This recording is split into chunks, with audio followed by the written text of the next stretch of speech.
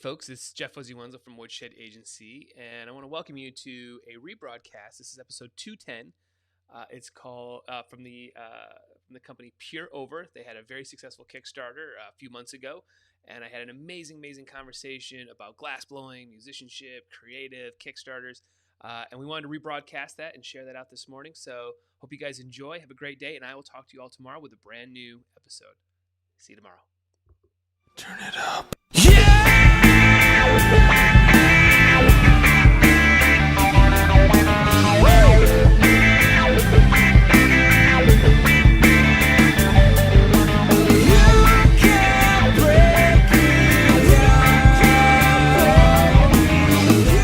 All right, so the red light's on. This is go time. This is when everybody gets really nervous. Are you nervous at all?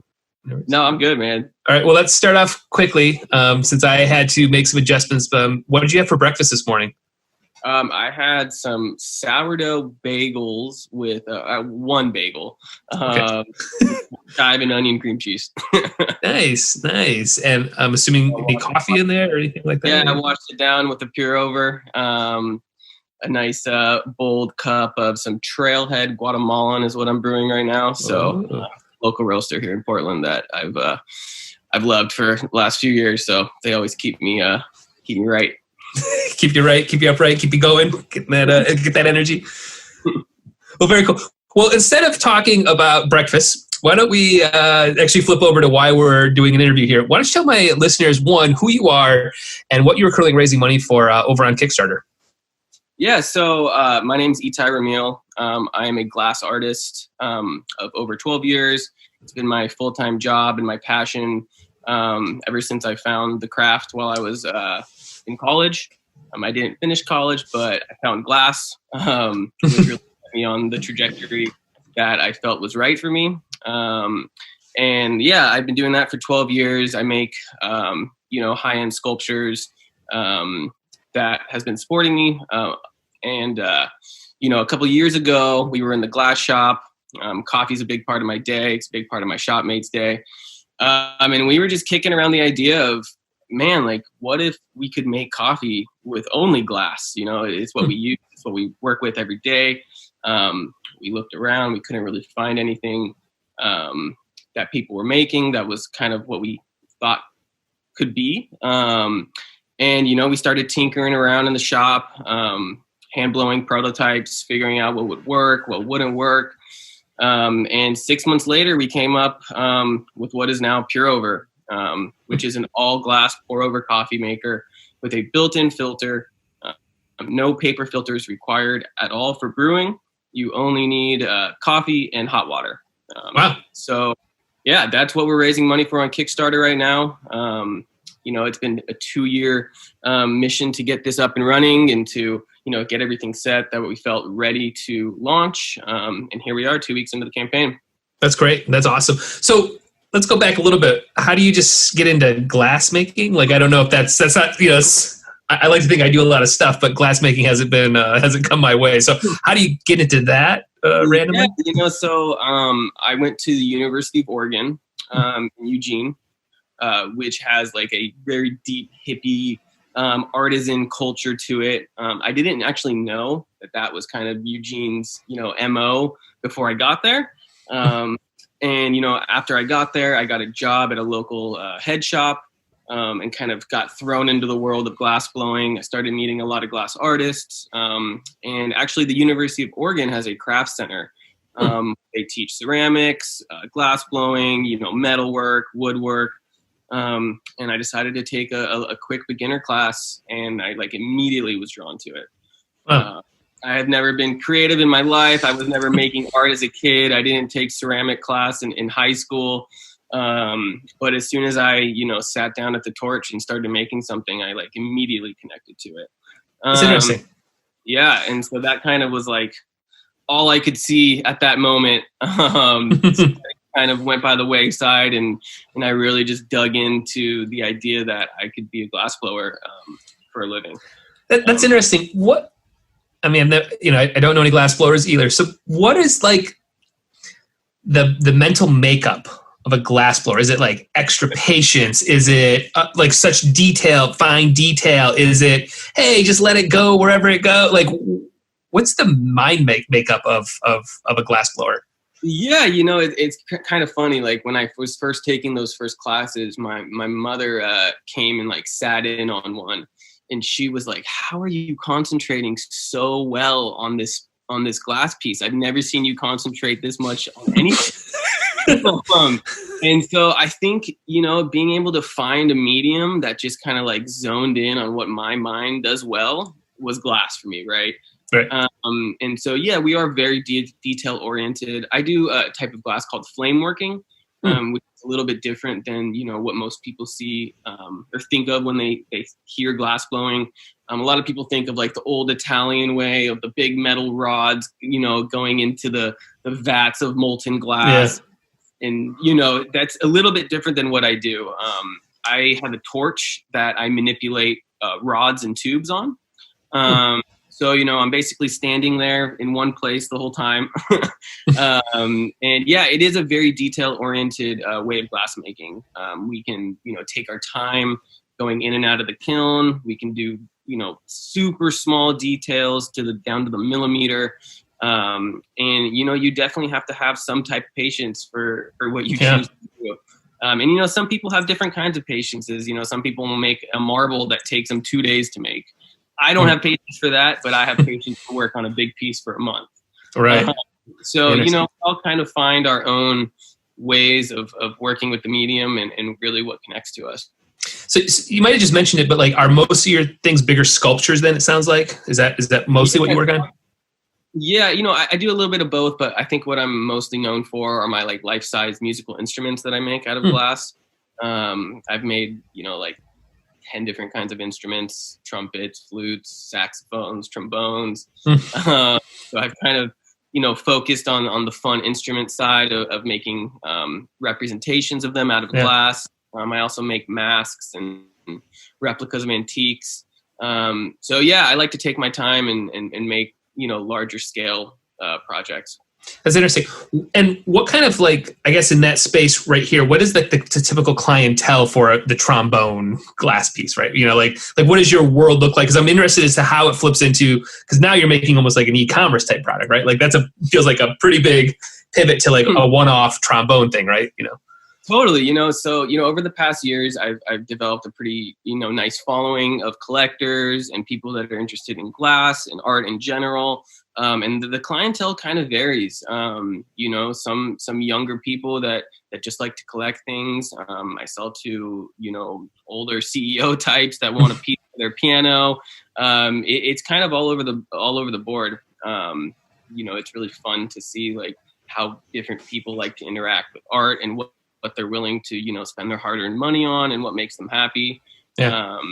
And it really varies, man. It's really fun working with all types of different people, from, like I said, like, 20-year-old kids to, 60-year-old CEOs. So yeah, it's kind of all over the board. That's cool. Well, let's go now. Let's move over to this like 2 years ago, right? So you're standing there with your skill sets and you drink coffee, right? Or whatever. So like, how do you start to say, I think I could make a filter, Yeah. and like, that feels like a pretty big step there too, to go, I think I can do this. Totally. And, like you were saying before, like glass is kind of an unknown to you and actually to most people, right? We know how to saw pieces of wood in half, that's kind of something that we just know by seeing it all the time and whatnot, but glass is definitely like a foreign material to people. So a lot of the skills that, I've developed making what I make, excuse me, really like made it not easy, but I had a vision into how things could be translated into a coffee filter. Sure. And actually, I have a lot of ideas. This is the one that that stuck and that I really felt was in my wheelhouse. I didn't want to be in some of the other businesses that, came up in my mind. But, a glass coffee maker that I could prototype myself, take the time with my hands. I don't have to rely on a third party, design agency or anything like that. this was my wheelhouse. Yeah. And so, yeah, we just, started exploring different shapes, different kinds of filters. And again, like 6 months after, taking a couple days a week out of, our busy schedule of making pieces for our clients, we came up with something that, works really, really well and looks as nice as it works, I think. Well, it's interesting. What in that time period, that 6-month time period and stuff, what are you looking for in terms of, I guess, because it's moving, the glass is moving from an artistic scenario, right? Like it's going to sit on my piano, whatever, to it needs to actually function and do something, right? Like, so like, what are you trying to hit in terms of the functionality of like, oh, no, you're not going to lose anything by having this. It's going to be better. It's going to be worse. It's going to be the same, whatever it is. What are you trying to get to in that prototyping phase? Yeah. So, most of my work, I don't know if I mentioned this, they are functional pipes. So the idea of something, having form and function has been a driving factor in basically everything I make for the past 10 years. Interesting. So I know that balance well. I know when it, slips on one side to the other. Okay, am I making something that's really just going to look amazing and work still? Am I going to make something that works amazingly but doesn't look as nice? Or is it going to be in the middle? And yeah, it is a little bit different designing something like this where I'm not using a lot of colors. I'm not, remaking an imaginative, representation of an instrument or whatnot. And so I really knew that I needed to have something, right down the middle. It had to work really well and look really nice in anybody's kitchen, not just the one person that buys the commission from me. Right. And so that was definitely a different path that I was going down. But I felt it really natural, and designing is in my mind, my blood all the time. And that was kind of the driving factor was, okay, this needs to look amazing on anybody's kitchen counter. It needs to fit anywhere, which is why, our footprint is smaller than most of the coffee makers out there. And it has to work really well. And that's definitely like the path that we needed to go on, the form versus function, and making sure that, met each other's standards. Yeah, I think, from what it looks like on all the GIFs, the video, everything I've seen, you definitely hit that chord the correct way. Actually, no pun intended. I don't know why we're talking so much musical instruments, but no pun intended. But you really did strike it the right way there. So, so over that 2-year period, what's the thing that's keeping you up at night? What's the thing that's like, oh my gosh, we got to make sure we get this right or that right? Yeah, I didn't want to go on a Kickstarter to start a brand, which, sounds the opposite, but I wanted to start a brand and bring our product to Kickstarter. So we worked really hard, developing our identity, getting our manufacturing in order, getting our content ready, and everything that you would do if you were not launching on Kickstarter, before launching on Kickstarter. I have a reputation as an artist. I am going to deliver on this. We are going to deliver on this like we say we are, and doing everything we could beforehand was our goal. As far as what kept me up at night, I that's a good question. Everything and nothing. It was very exciting, and it was a lot of work. I was working, in the studio all day, and then coming home and plugging away on this. But I think just, getting everything ready and meeting at the right date and converging at the time where we were ready to launch was, a lot of work, super satisfying. And it was a really great experience, being able to work with the team kind of for the first time as well. I've been doing glass art alone. I'm the maker, the seller, the marketer, the website dude, the customer service dude. And I built a really good team around me. And that's been awesome. Yeah. So now do you have experience making something though with glass that needs to be manufactured at scale? Like, is there different things that have to happen so that you can give this design to somebody and say, mass produce, or is it something that you have to kind of imagine somebody's making these things over and over and over and over and over, you know? Yeah. So the answer is no, I haven't done that before. But you know, glass is an interesting material, as in it's a handmade material. There are no machines, you know, making the glasses that you are drinking out of, right? So the vision of how things work with glass and how they're built and how they go together was really a strength. And again, kind of what I went back to before is this is, you know, totally in my wheelhouse in order to think of a glass object to be made. And there are different techniques that are used in mass production, but at the same time, it's glass. So I think that really gave, you know, me an edge as far as designing this product in particular. And yeah, I mean, manufacturing is a new thing, but we're ready for it. You know, we've manufactured, you know, our first run of 100 that we have been, you know, sending out to test and for people to try, for influencers to show the world. So we're ready. We feel good about it. And it, you know, it was a process, but we got there, and we got there before launching, which was our goal. That's cool. Where in this timeline does just the idea of crowdfunding or a Kickstarter or any of that sort of come into play to launch this? Did you have it from day one, or was it something like, you know what, we should try this? You know, I think it was in our mind from day one. Kickstarter has always been like a fun, exciting thing to look at and to think about. But, you know, we really saw the value in launching on Kickstarter by, you know, building a community of excited people that, you know, are not necessarily just looking for the product right now, but believe in the story and believe in our origin and believe in us as people.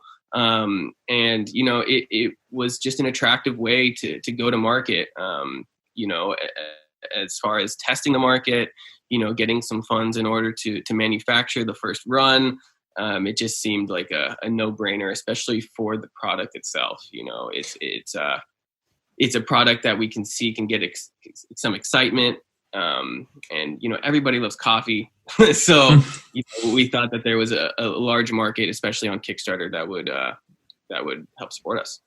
Now, in this scenario, and I usually recommend, like, my project creators or my clients, like, really think about this sort of buyer persona. And it sounds like you're sort of laying it out a little bit in terms of who would be into this product. It's not, you know, coffee drinkers could be, I mean, it's basically everybody, right? You know, like, it could be basically, it's a gigantic audience. But you had that sort of environmental play in here as well, in terms of, you know, cutting down waste and all that sort of narrative as well. Were you thinking about a buyer persona as you're laying out your Kickstarter page? And hey, it's not just coffee drinkers, it's a coffee drinker who's this person. Like, you know, were you thinking about that sort of stuff?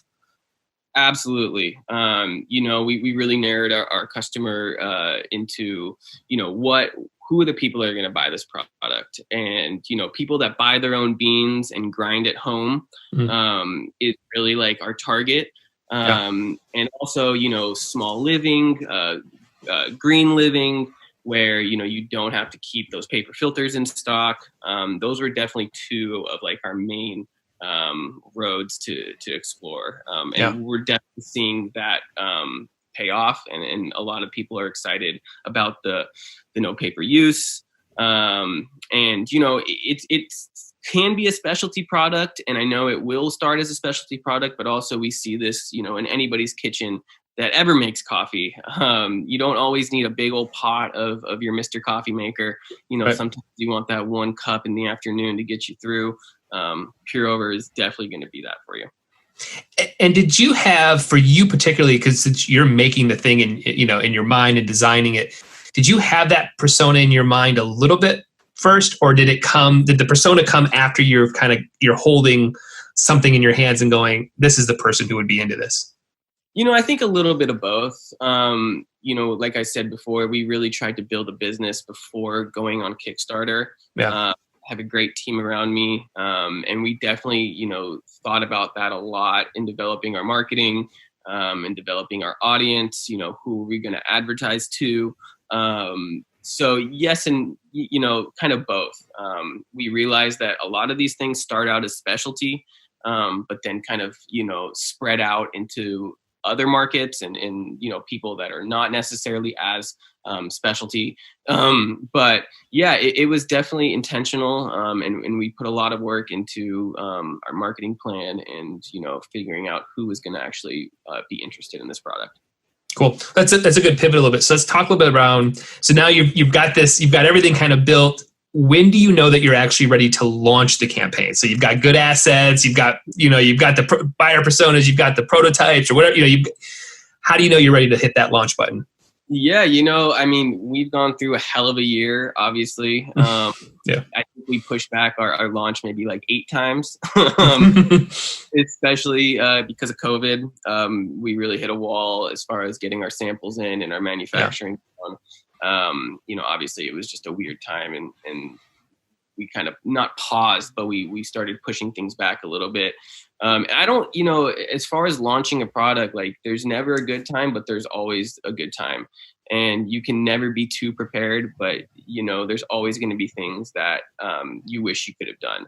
So we were really taking our time. We didn't want to rush anything. Like I said, this wasn't my full-time job. It's becoming my full-time job. Like that. But we really were just taking our time and making sure that when we were launching, we were super comfortable with what we had. And, after things, started calming down on our manufacturing side, we started getting, our samples in like we planned and everything was looking good. We set that date basically to try to hit some Christmas shipping, which we're aiming to do. But the last few months were definitely like, super, super busy, working till 2-3 a.m. to get everything ready. And, we started off, planning our launch. That was a huge pre-launch plan, which was super important to our success. And, as soon as we thought we had everything in line, we started executing that pre-launch plan. And, that was about 2 months after we started executing. We knew we were going to launch. So that's kind of when our hard date landed. As soon as we started, doing our influencer reach out and sending products to people, getting press lined up. Once we were kind of firing on all cylinders there, we knew we had a concrete date that we needed to land on. That's cool. Well, we've kind of buried the lead here a little bit. We haven't even talked about the actual Kickstarter in terms of numbers. So hopefully people are still hanging in with us. But as of the day we're talking, about 18 days to go, over $200,000, a ton of backers, almost 3,000 backers. So a lot of orders, which I think to me, the amount of money is nice, but the amount of backers is to get all those early adopters, and those are the people talking about it. What's been the thing that's to this point has stood out the most, in the back end of the dashboard or whatever it is, where you're like, wow, we're big in Japan or Singapore? Has there been something that you were like, I did not expect this at all? International interest was definitely, we know that, the international scene has a lot of coffee fanatics, a lot of cool gear made everywhere. But I guess we didn't realize like how much interest from international customers that we would get. And so that was definitely like a nice thing to see, that this is not just a product that, Americans would want to buy. Yeah. But, other than that, I think we kind of knew that there was a market for this. This is obviously a big test and it confirms our thoughts. But, coffee making is such a fun, versatile way. I have a few different coffee makers that I use. Everybody seems to have, 2 or 3 options for the specific time. So that was really cool to see that, people are buying multiple too. I see a lot of 2 and 5s that people are going to buy for gifts. Yeah. I use 2 every morning. I make me and my wife a cup of coffee every morning with 2 pour overs.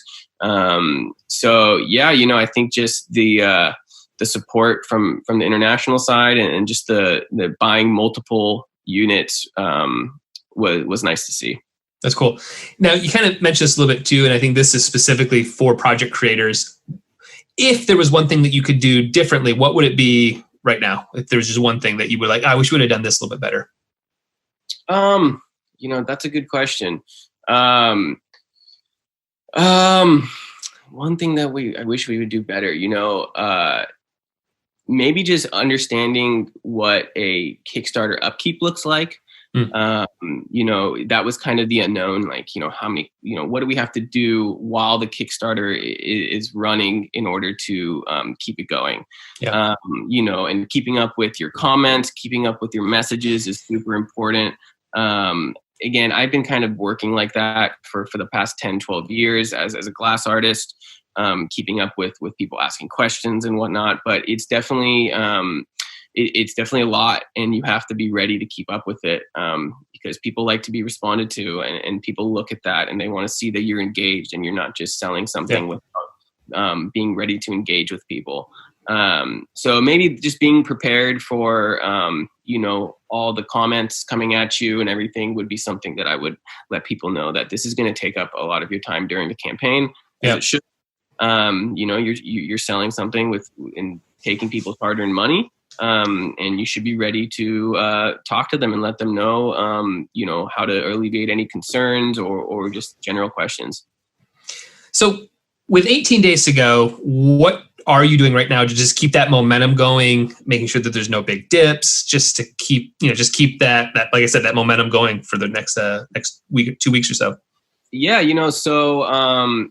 like we talked about a little before, I have a decent following on my artwork, and I'm definitely, dipping into my fans and letting them know that this is still available, which we've gotten a huge support from.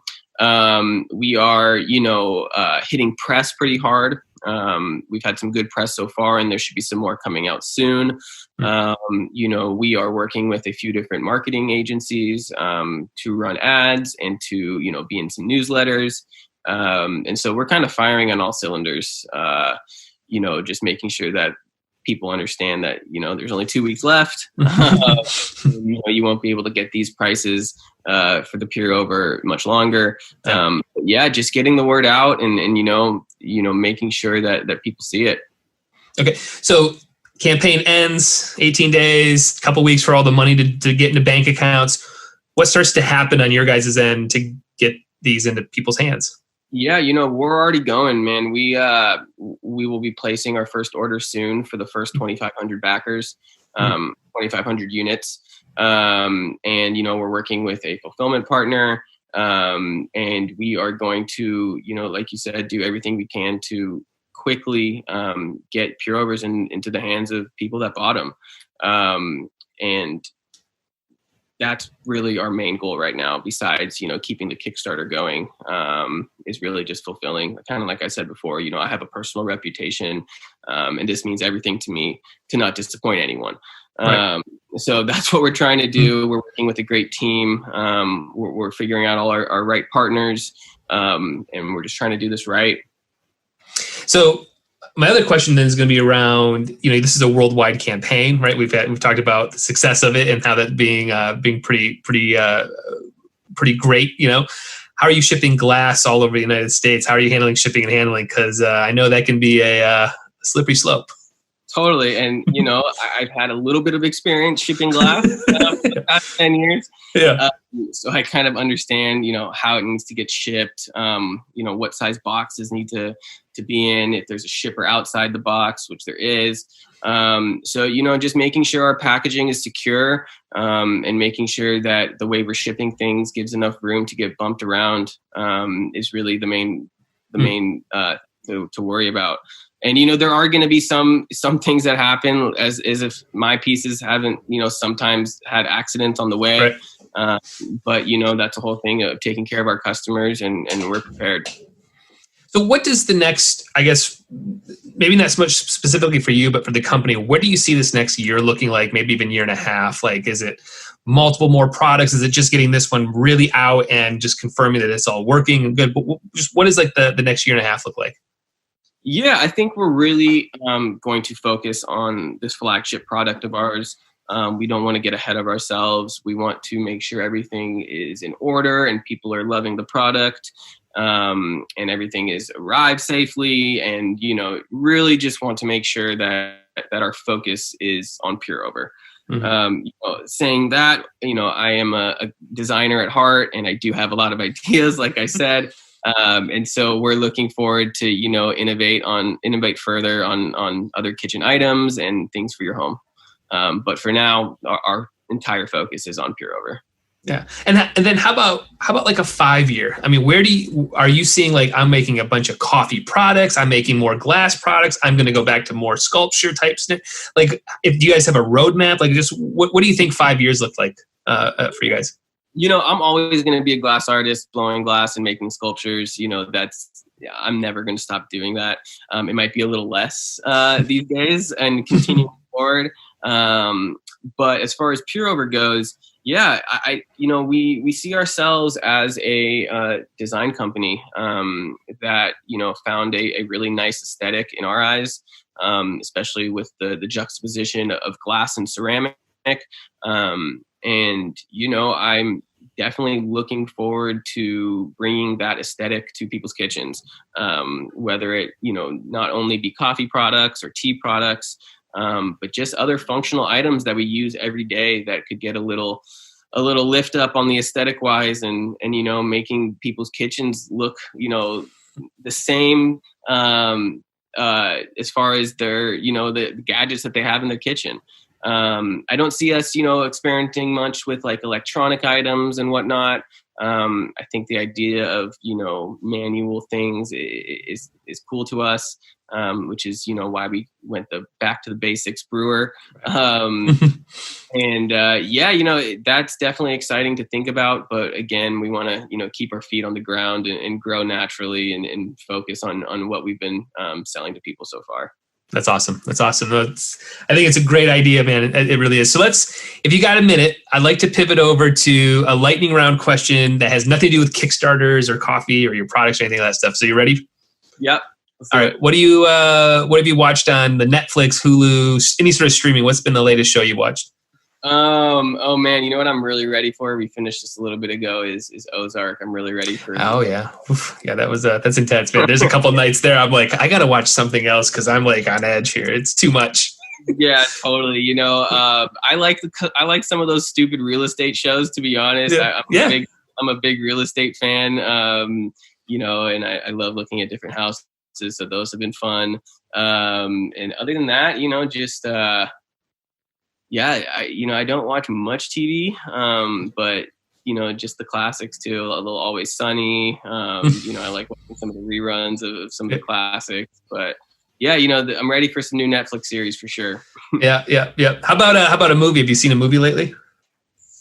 Oh man, has anybody been seeing movies lately? Well, it's funny. I've been asking these questions like pretty consistently, and people are like, I just don't have time for movies, but then they'll say I watched this like 12 parts thing over like 12 days for hours, and I'm like, the movie's only an hour and 45 minutes. So yeah, but it is funny, man. I don't watch a lot. I used to watch a ton of movies too, but I'm like, it's all TV shows. It's the 10-parters right now. I honestly, I don't watch many movies at all. Yeah. I do watch TV shows like we were talking about. But I can't even say a movie I've watched in the last few months. It seems like a weird time for movies. I know. I agree with you. How about a book? Have you read a book lately? I started reading Jamie Schmidt's book about entrepreneurial success. I forget exactly the title, but she is the founder of Schmidt's Naturals, which is the deodorant. Deodorant, yeah. Yep, and she's a genius. She's a Portland local. And, I just started getting into that and I'm excited to dig in. How about podcasts outside of mine? I mean, I know I'm the first one on the top there, but any other podcasts you might be listening to? Yeah, I listen to a lot of, Guy Raz's How I Built This is kind of my go-to. Yeah. Other than that, it's a lot of music and whatnot. Well, how about latest album or song you're enjoying? Yeah, let's see, man. Let's see what I've been listening to. I listen to a lot of hip hop. A lot the new Run the Jewels is great. Oh yeah, that's a nice one. Yeah. I've also found this new artist. He's not a new artist, Masigo, who is an R&B and saxophone player, which is really awesome.